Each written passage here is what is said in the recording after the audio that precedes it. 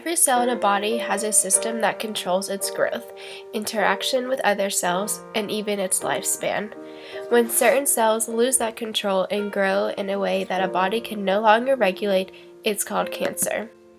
As cancer cells grow, they demand more and more of the body's nutrition. Cancer takes a person's strength, destroys organs and bones, and weakens the body's defenses against other illnesses. Kids who have had chemotherapy or radiation treatment for cancer are more likely to get cancer again. In the United States in 2015, an estimated 10,380 new cases of cancer will be diagnosed among children from birth to 14, and more than 1,000 children will die from this disease. Cancer remains the leading cause of death from disease among children. Children's cancers are not always treated like adult cancers. Pediatric oncologist is a medical specialty focused on the care of children with cancer. Children who have cancer are often treated at a children's cancer center, which is a hospital or unit in a hospital that specializes in treating children.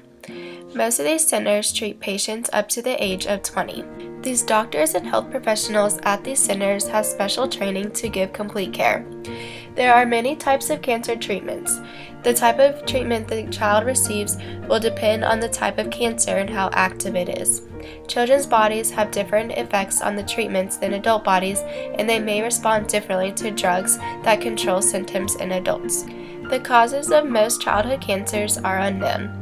About 5% of all cancers in children are caused by an inherited mutation. This heartbreaking disease continues to scar families and communities in ways that many may never be able to fully heal. The month of September is the National Childhood Cancer Awareness Month. President Obama made this month official in 2012. During this month, we remember the young lives taken and stand with families facing childhood cancer today. Because of advances in research and treatments, the 5-year survival rate for all children cancers has gone from less than 50% to 80% over the past several decades.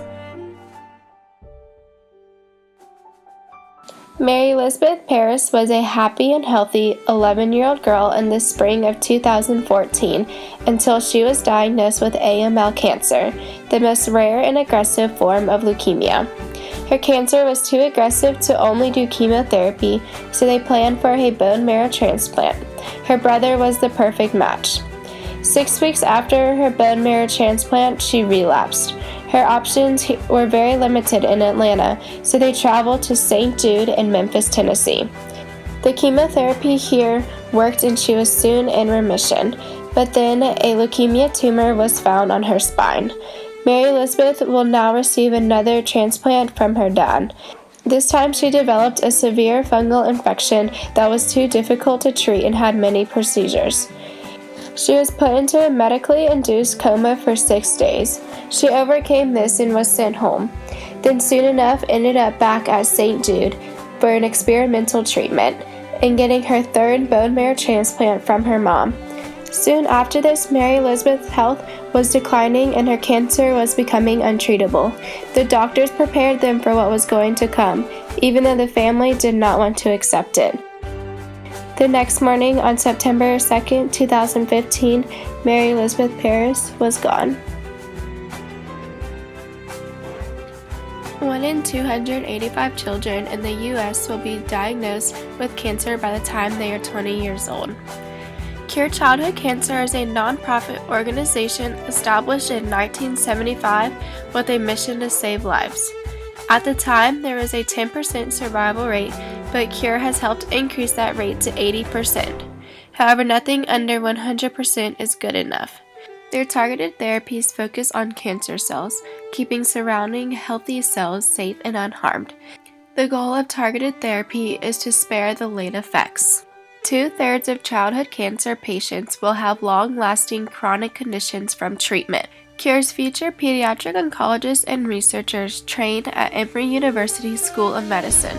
Cure has a commitment to supporting patients and their families through life-changing journeys, from outreach upon diagnosis to offering counseling, meals, and emergency financial assistance.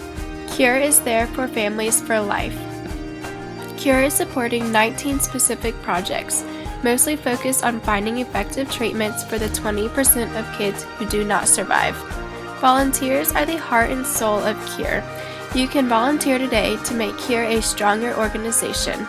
Contact Cure Childhood Cancer at 800-443-CURE or by visiting their website at www.curechildhoodcancer.org. Donate today to make a difference.